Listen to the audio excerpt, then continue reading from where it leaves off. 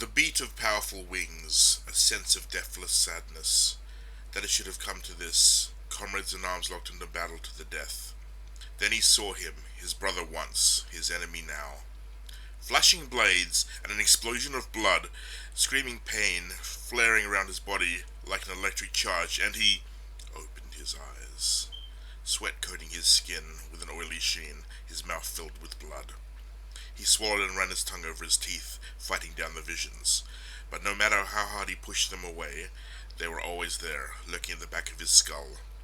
Brother Captain Erasmus Tycho stood and turned to leave the chapel, stopping as he saw Chaplain Lamarty standing in the archway, his face shrouded in the dancing shadows cast by the electro flambeau. "Were you seeing them again?" asked Lamartys. Tycho nodded slowly. "Yes," he whispered. "I see them even now. I can feel his pain. It burns me." Lamartys approached Tycho and placed his hands on his friend's shoulders. He had always known it would come to this, but still he felt sorrow. Fitting it should come on Armageddon. He could see Tycho's glassy-eyed stare and knew that part of his mind was no longer here in the now.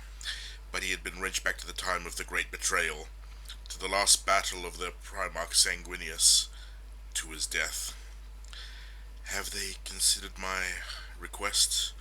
asked Tycho. "They have, my friend," replied Lamarty sadly. "And you shall have your wish, Erasmus. The honor of leading the forlorn hope into the Tempestora breach on the morrow is yours. Come, I shall perform the Mori Patris." Arrayed in his newly painted black armor, Tycho stared fixedly towards the besieged Hive Tempestora as the chaplains moved among the men of the forlorn hope. The first men into the breach, the first men to die. He felt his pulse race and his breathing quicken. The Imperial Palace was in ruins. Thousands were dead.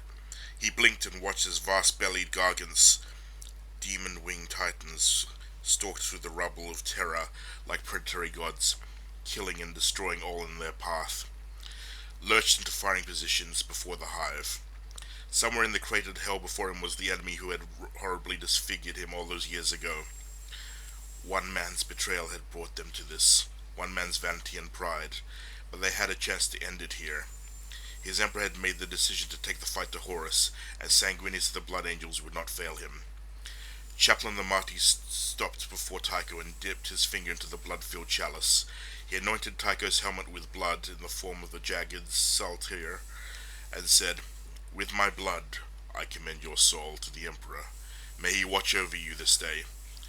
"And you also, Dawn," said Tycho, taking Lamarty's hand into the warrior's grip, wrist to wrist. "One last time, brother." "Yes," agreed Lamartys, knowing that Tycho was finally lost to him. "One last time." Tycho smashed another greenskin from the rubble with a backhanded sweep of his fist. Bones cracked and blood sprayed. The top of the breach was less than 10 meters away. Gunfire stitched a path towards him, spurts of dust and stone exploding around him. He felt the powerful impacts, but ignored them, charging up the debris-strewn slope. Choking dust and smoke filled the air. All he could see were shadowy forms before him. Brother Space Marines, their oaths of loyalty in the ashes in the dust. He hated them like nothing he had ever hated before. A blade swung at his head, striking his shoulder guard and tearing upwards. Tycho's golden mask tore from his rictus face in a wash of blood and skin. He screamed in fury, standing at the top of the breach, surrounded by his foes. The orcs swarmed around the Blood Angels, dying by the dozen as 50 years of hatred and vengeance poured through Tycho's veins. Behind him, the last Space Marine of the Forlorn Hope fell beneath the blades of the orcs. The others were gone. Separated in the teleportation, he was alone. Tycho fought with the strength of legend, fighting and killing all who came near him. He swept up a fallen sword and continued the slaughter, the blade rising and falling, orc blood sheathing its edge. No blade could pierce his armor, no bullet could lay him low. Orc corpses, scores deep, surrounded him, his altar of death. The smoke parted, and a massively powerful orc, clad in wheezing mechanical armor, crunched across the rubble towards him. Black exhaust fumes belched from rusted pipes, and enormous claws snapped from each arm. Tycho snarled as the unquenchable fury of the black rage finally consumed him utterly. Horus, greatest and most beloved of the Primarchs. Why? When we could have achieved anything we dreamed of, why? Horus said nothing, swinging with his bladed fist. He sprang away from the powerful claw, spitting behind the traitor. Sanguinius leapt feet first at Horus, feeling fangs break under his boot heels. He landed lightly, rolling swiftly to his feet as Horus attacked again. His back was to the wall, nowhere to go but forwards. The two brothers met blade to blade, and Sanguinius knew he could not defeat Horus. The sword snapped, and Horus smashed his claw through his armor and deep into his belly.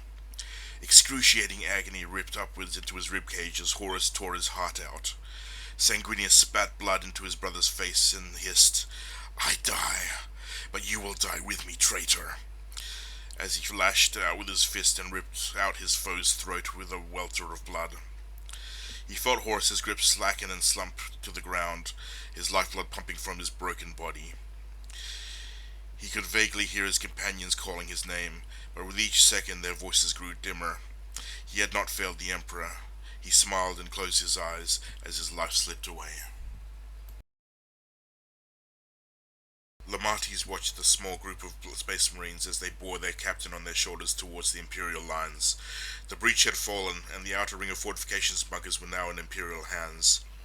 Tycho had held the breach long enough for the rest of the army to reach the walls and carry the day. With a tenderness that belied the gore-streaked appearance of the Blood Angels, they laid brother Captain Erasmus Tycho at the feet of Chaplain Lamates. He knelt by the bloody corpse, laying a hand on his brow and staring into his friend's face. Perhaps it was just the relaxation of muscle that followed death, but he believed that he could see a softening in Tycho's features, as though the terrible disfigurement done to him had retreated within his flesh. He hoped so. "Farewell, brother," he whispered. "You will not be forgotten."